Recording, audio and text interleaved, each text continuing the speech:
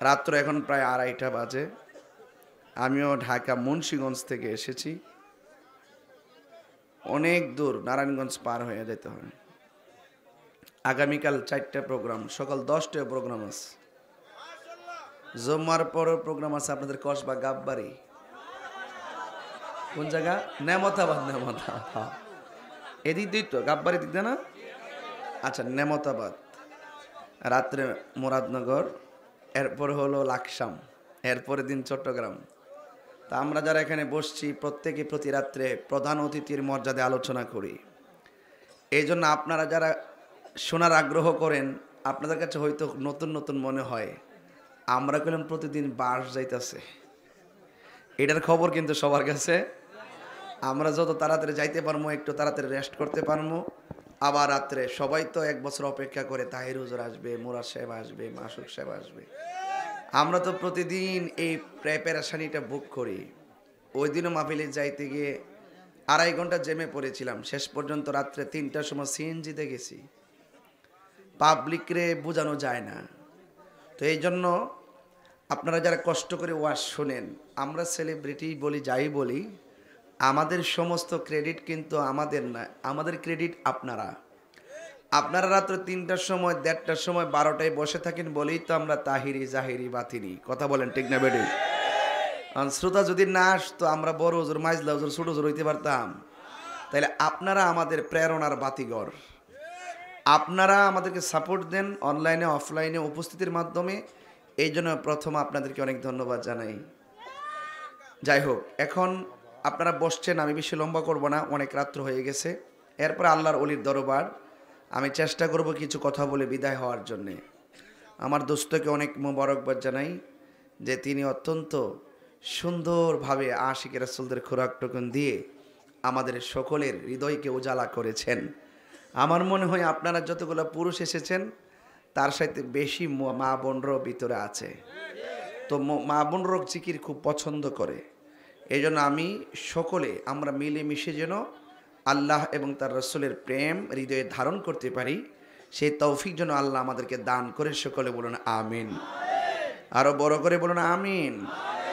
যাই হোক, এখন হয়তো বা কালকে অনেকে আমাদের বলতে পারে তাহির হুজুর মাথাটা তালারাইছে, হাত চাত লারাইছে, এটারে নিয়ে অনেক ট্রল করতে পারে।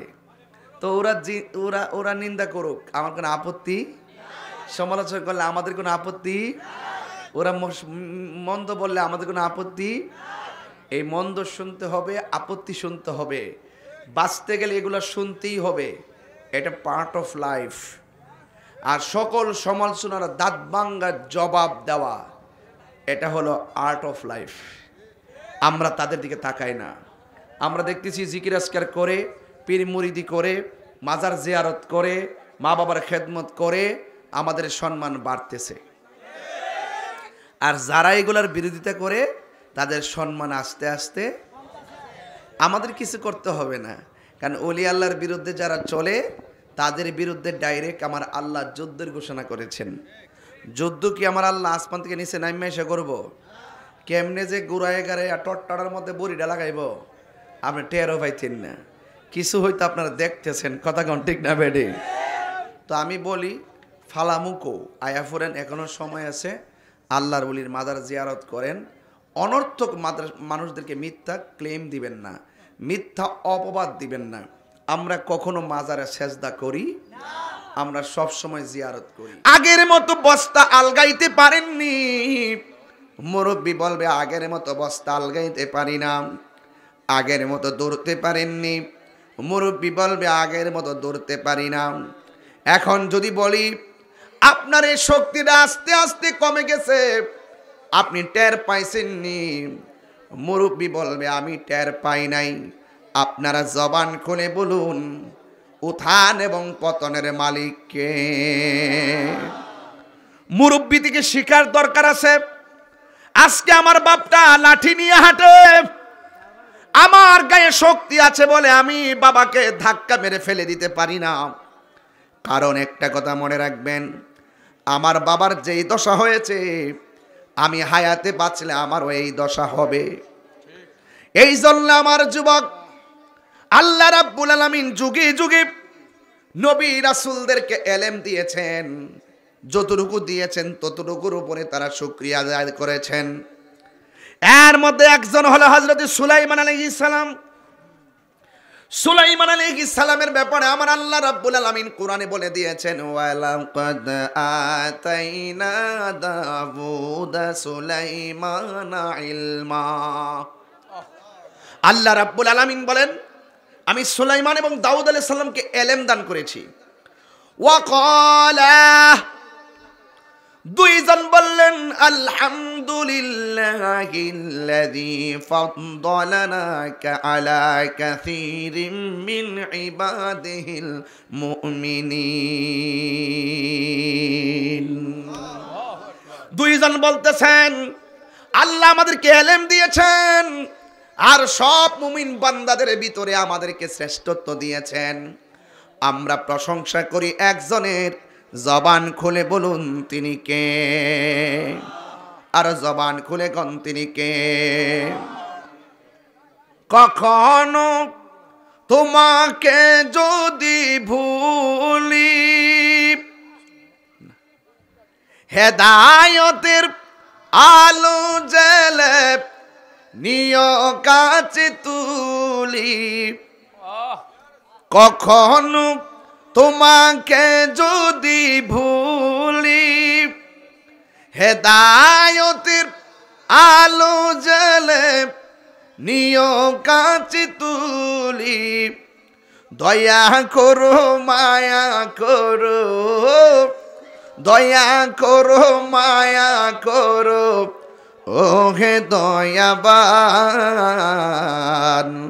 তুমি রহমান, তুমি মেহেরবান। আমার যুবক ভাইরা ঘুমাবেন না, বলেন তুমি রহমান, তুমি মেহেরবান।